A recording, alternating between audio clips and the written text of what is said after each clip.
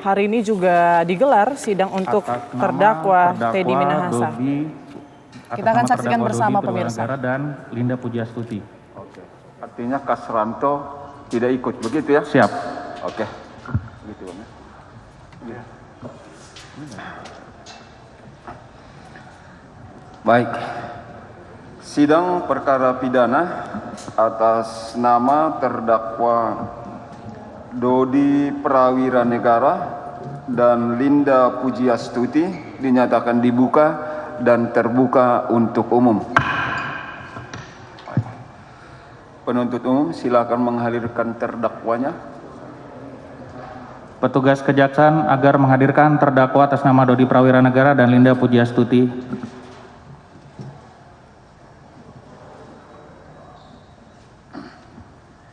Baik, silakan duduk.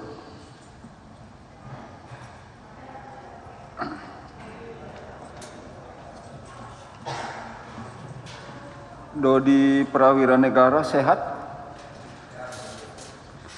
Linda Pujiastuti?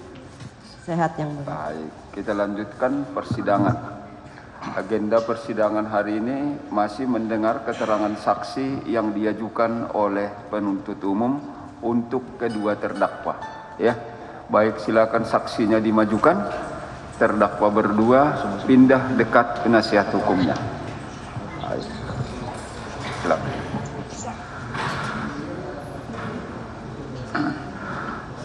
Saksi atas nama Kasranto silakan maju ke muka persidangan.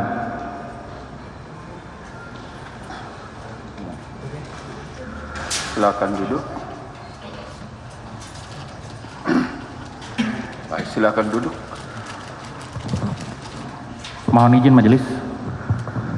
Seharusnya kami hari ini menjadwalkan pemeriksaan untuk 2 orang saksi. Selain saksi atas nama Kasranto, kami seharusnya menghadirkan saksi atas nama Teddy Minahasa Putra. Akan tetapi yang baru kami persiapkan saat ini adalah saksi atas nama Kasranto. Sedangkan untuk saksi atas nama Teddy Minahasa Putra sedang dipersiapkan berangkat dari Polda Metro Jaya. Demikian majelis. Baik.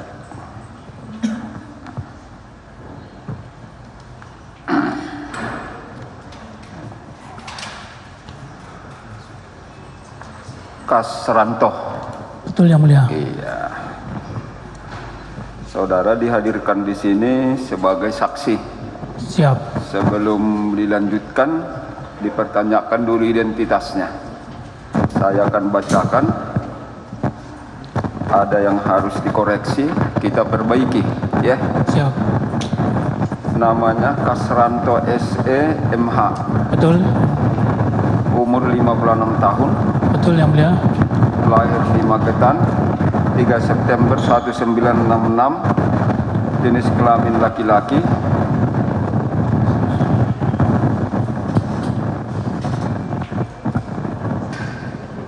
Agama Islam. Pendidikan S2. Betul. Pekerjaan Polri.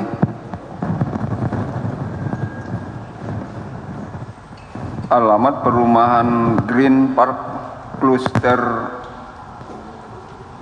Rosewood 2 Blok C2 garing 9 RT 006 RW 015 Kelurahan Jati Melati, Kecamatan Pondok Melati, Kota Bekasi.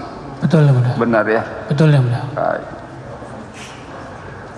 Saksi kenal dengan terdakwa ada hadir di sini 2 orang? Sama saksi sama terdakwa Linda kenal. Kalau sama Pak Dodi kenal pada saat ditangkap di Polda Metro Jaya. Ada hubungan keluarga? Tidak ada yang mulia. Bersedia diambil sumpahnya? Bersedia. Ada tanggapan penuntut umum kalau diambil sumpahnya saksi ini? Tidak ada majelis. Penasihat hukum? Tidak ada majelis. Baik. Disumpah dulu sesuai dengan agama Islam, silakan berdiri.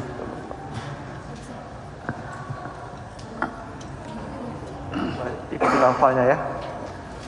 Bismillahirrahmanirrahim. Demi Allah saya bersumpah sebagai saksi dalam perkara ini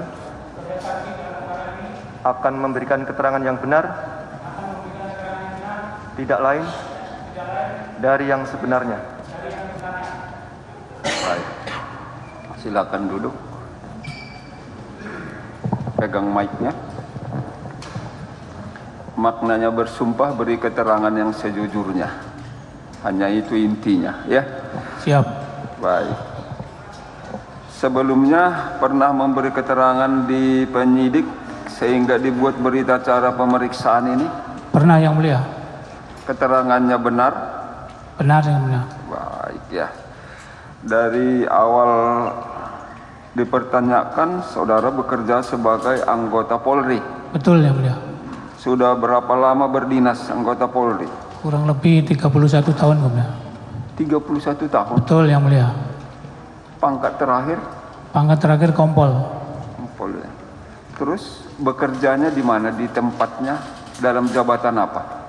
Jabatan terakhir Kapolsek Kalibaru, Kapolsek Kalibaru, Pelabuhan Tanjung Priok, Tanjung Priok, Jakarta Utara. Jakarta Utara. Baik. Kalau demikian coba dulu cerita secara singkat apa yang tahu, lihat, dengar dan alami berkaitan dengan perkara ini yang berhubungan dengan terdakwa Dodi dan Linda itu. Silakan. Terima kasih Yang Mulia. Pada awal kurang lebih bulan Juni, saya mendapat WA dari saudari Linda bahwa WA tersebut berisi, "Mas, mau ada barang, ada yang mau nggak?" Saya jawab, "Barangnya siapa, Mam?" Saya mohon maaf manggilnya Mami karena udah terbiasa manggil Mami. Jadi, "Mam, barangnya jenderalku." Maka dari itu saya jawab lagi, "Coba saya tanyakan teman, barangkali ada yang mau, Mam." Begitu.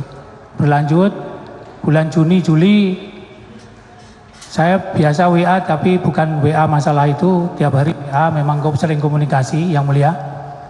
Pada bulan Oktober 24 pagi, saudari Linda kirim chat mengatakan, "Mas, barangnya sudah ada." "Oke, Man, nanti saya ke rumah."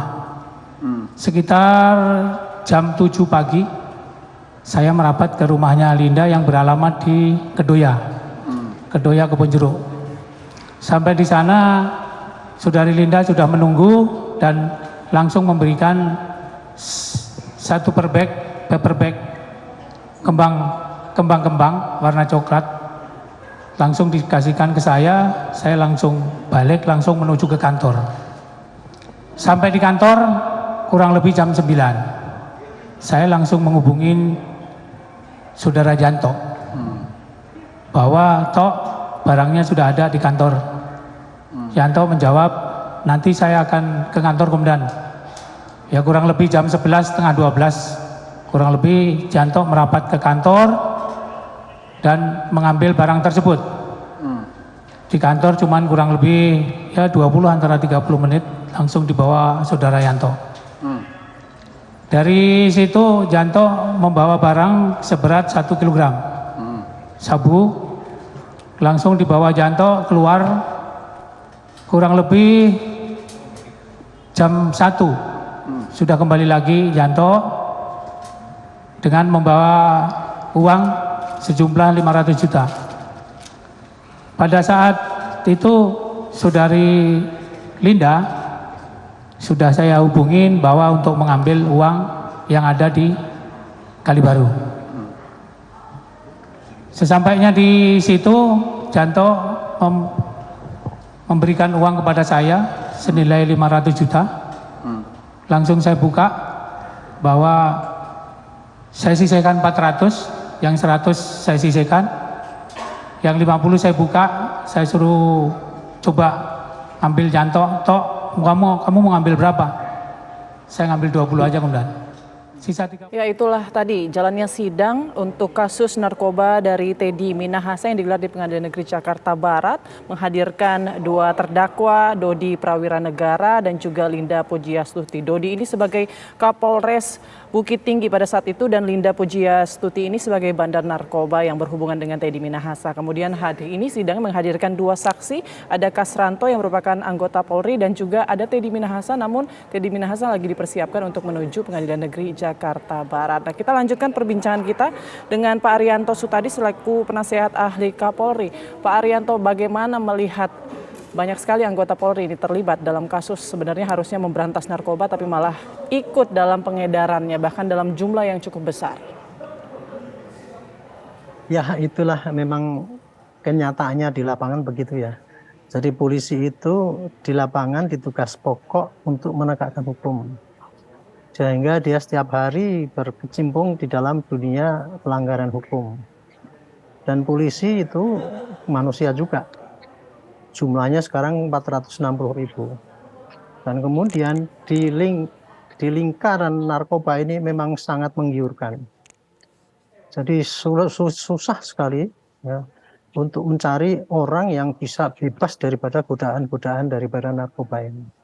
Sehingga dari petugas di lapangan itu tidak semuanya bisa lolos dari ujian menegakkan hukum dengan cara baik.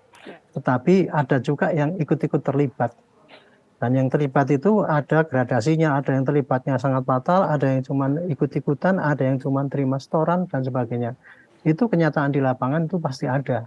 Tetapi dengan kondisi yang seperti ini, Polri itu dari dulu sudah berusaha untuk mengurangi jangan sampai terjadi pelanggaran seperti itu. Macam-macam caranya ya. Saya dulu pernah jadi Kapolwil. Caranya kalau untuk ngecek apakah ada anggota yang terlibat menggunakan ya, bukan menyalurkan itu, kumpulkan kemudian saya langsung cek tes urin gitu, mendadak gitu. Nah, kemudian sehingga kita bisa tahu oh ini yang menggunakan. Nah, kalau yang itu dulu itu keterlibatannya hanya ikut-ikut menggunakan. Nah, kalau sekarang itu saking parahnya ada juga yang ikut-ikut menyalurkan kan gitu. Dan lebih parah lagi yang menyalurkan itu bukan hanya petugas di lapangan, tapi juga ada pejabat-pejabat dan sekarang kelihatan kan sekarang bahkan sampai Pati pun ada yang terlibat seperti itu. Itu memang kenyataan yang ada di lapangan ya. Ya itulah risiko daripada ya pembinaan Polri yang sangat besar dan tanggung jawabnya sangat besar dan kewenangannya sangat besar dan kemudian anggota polisinya itu juga tidak semua dijamin bersih bagus. Kemudian kondisi lingkungan yang demikian besar ditambah lagi dengan keterbatasan daripada sarana untuk melaksanakan tugas sehingga polisi setiap tugas di lapangan itu selalu ingin terpaksa mencari biaya untuk melakukan tugasnya. Itulah yang menambah kemungkinan dia untuk melakukan penyelewengan. Ya. Intinya begitu ya. Jadi dunia narkoba ini sangat menjanjikan karena sangat besar sekali ya duit yang bisa didapat dari situ. Dan sementara itu sangat bebasnya di lapangan itu tidak ada orang yang mengontrol bagaimana kelurusan orang yang di lapangan itu kan gitu. Kalau di lapangan kan kita susah untuk mana tugas yang mana yang baik. Yang paling bisa itu kan kalau udah ketangkep kemudian diperiksa kemudian diberkas ke jaksa di hakim. Wah itu ini satu kasus saja nih, coba lihat satu kasus ini nanti selesainya itu untuk mengetahui ini salah apa tidak mungkin butuh waktu 3-4 bulan. Itu satu kasus, padahal di setiap hari itu terjadi ya ribuan transaksi di lapangan itu. Jadi kita bisa membayangkan berapa persen yang baik, berapa persen yang tidak baik.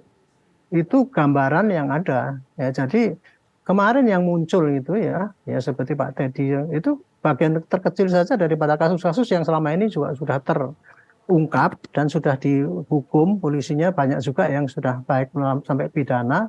Untuk level kombes ya kalau yang dulu-dulu ke bawah ataupun yang pakai kode etik dan sebagainya sudah banyak tindakannya. Hanya sayang saya nggak punya datanya ya. Tapi kalau nggak salah kemarin itu kurang lebih 300-an orang lah setahun sebelumnya juga demikian itu sudah dilakukan. Tetapi toh kenyataannya masih ada saja yang di lapangan. Gitu. Jadi ini ya menjadi tantangan kita semua ya, bukan hanya polisi sendiri, tapi masyarakat juga demikian. Karena di masyarakat sendiri juga sangat rentan ya untuk berbuat gitu. Dan kejahatan narkoba ini kebetulan ya parah hukumannya, tapi oleh masyarakat karena masih dianggap bukan suatu aib ya kalau orang melanggar narkoba ini. Seperti artis itu kalau kena narkoba kan dia kelihatannya nggak ada rasa penyesalan cuma gitu kan. Nah itu karena barang ini dianggap bukan tindakan yang aib sehingga tidak ada kontrol moral dari agama seakan-akan gitu, sehingga ini pelanggarannya sangat masif di lapangan dan itu otomatis akan sangat mempengaruhi aparat penegak hukum juga. Gitu. Baik, Pak Arianto, kalau Jadi kira-kira kondisi di lapangan demikian ya, memang banyak yang melakukan, tapi banyak juga yang polisi yang baik ya, berusaha untuk menegakkan dengan sungguh-sungguh, tetapi yang menegakkan hukum dengan sungguh-sungguh nggak pernah terdengar beritanya. Baik. Hanya kalau ada yang melanggar, itu pasti beritanya besar. Itu udah risiko daripada kehidupan di dalam masyarakat, dalam kehidupan polisi, dalam melaksanakan penegakan hukum di lapangan. Pak Arianto, terakhir. Jadi saya pikir ya ini menjadi tantangan Polri ya. Iya. Ini kasus ini untuk menunjukkan bahwa segitu parahnya ya, keterlibatan oknum anggota polisi di lapangan itu di dalam dunia narkoba ini bukan hanya pada mengguna tapi juga mengedarkannya. Ya. Saya kira itu sementara kalau gambaran umum ya. Pak Arianto, mengenai kehidupan terakhir narkoba ini. singkat saja Pak Arianto. Terakhir singkat saja Pak Arianto. Sebelumnya kan sudah ada terpidana mati atas nama Freddy Budiman dalam kasus pengedaran narkoba juga akhirnya dihukum mati. Apakah Teddy Minahasa ini nantinya setelah Verdi Sambo juga akan berkemungkinan dihukum mati juga atau bagaimana? Singkat saja Pak. Ya kemungkinan ada. Cuman dengan adanya KUHP yang baru nanti kalau dihukum mati mungkin ya masih ditunggu 10 tahun. Nah, kalau dia baik mungkin nggak jadi dihukum mati. Kejadiannya kan kayak gitu. Iya benar-benar. Kemungkinan ada, tapi pelaksanaannya saya nggak tahu ya dengan penerapan KUHP yang baru. Karena kita menentang adanya hukuman hukuman mati. Baik. Terima kasih banyak Pak Arianto selaku penasihat ahli Kapolri atas waktunya telah bergabung bersama kami di TV One. Selamat siang Bapak. Ya pemirsa, Breaking News TV One masih akan kembali sesaat lagi. Tetaplah bersama kami.